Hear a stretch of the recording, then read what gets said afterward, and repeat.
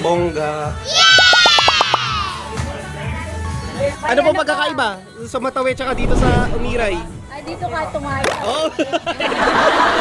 Papalaw ka ng mga. Oh, tapos parang hindi nawawala ng tubig kasi meron silang water facility. Oo. May puso. Oo, ano? Ay, yung puso Galing. natin may aircon. Oo, tsaka may aircon. Hot and cold. Wow! Konting tiyaga lang din kasi medyo malayo to lagpas nung Matawi. Pagaya mo sa dagat, may ilog dun, oh. Oo. Kasi puro dinggalan lang kasi bungad lang ang pinupuntahan nila. Meron pa palang Walo tayo. nakatagong treasure Walo dito tayo. sa ano. Maglaro tayo. May volleyball area pa dito. Tapos dun tayo magtitent, oh. Oh. Kumuha ako ng tent. Ay, ito may tent. Kasama sa package meron ding tent. Oo. Poso pa pala. Oh. Ang mga gamit natin doon natin ilakad. Tapos meron silang may kaldero, may gas. Ay, talagang kumpleto, no? Bongga. Maganda. Diba? Thank you so much. Tapos may tindahan ng Red Horse. Konting tiyaga lang din na Hindi talagang... siya crowded. Di ba? Dito. Kasi nga sobrang layo. Pwede sa ligaw dito pag Oh. Saka may option kayo kung ayaw nyo maligo sa dagat, may ilog tayo. Oh, may ilog dito, yung gitna. Ay, nandiyan, may ilog yan yung lubak na yan. Yung sa gitna na yun. Kaya pagka lasing na, pwede nyo, padapa-dapa lang doon sa ilog. Kaya worth it yung layo niya. Grabe, mga ilang kilometers yun, mga Palayan po ba kayo 15 nanay? kilometers mula sa kanto, sa palengke. para siyang Kabanatuan to Palayan yung layo mula dun sa ano? Dito sa ano ba yun? Doon sa border. Ay, sa playa, oh. Playa hanggang dito, 15. Kampo, 23. 23 kilometers. Oo nga, napakalayo, Parang balikan, Kabu Kabanatuan balikan. Dito sa palengke. What's up guys? Welcome to my vlog. Thank you. Kasi alam na dyan. Villa Cruz. Dito sa Umiray.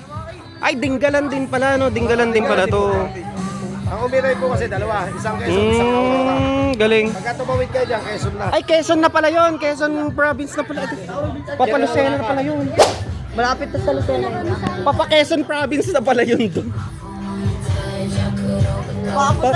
Kasi dalawa daw pala yung Umiray. Umiray na Aurora tsaka yung Umiray na Quezon. Galing. Doon tayo magluluto sa pinaka-kitchen. Papalucena na pala yun. Lucena?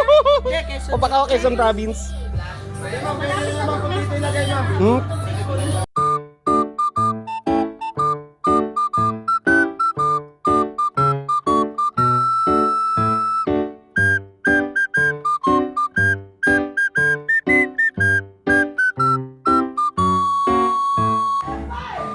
Dito ang mga CR nila. Common CR. And may shower din dito. Another shower. And ay, walang pinto. Daming paliguan. And another one. Malinis. Yan. Common CR. Tsaka may lutuan. Wow. Kompleto. Ang lakas pa ng tubig. Hindi nawawala ng tubig.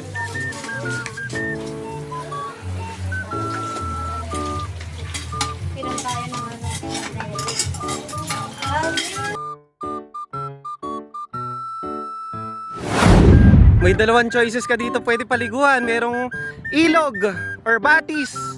At sa kabilang banda naman, yung dagat na. Facing Pacific Ocean. May mga bundok din dito. Napakaganda ng view. Tsaka nakaka-relax. May mga tent.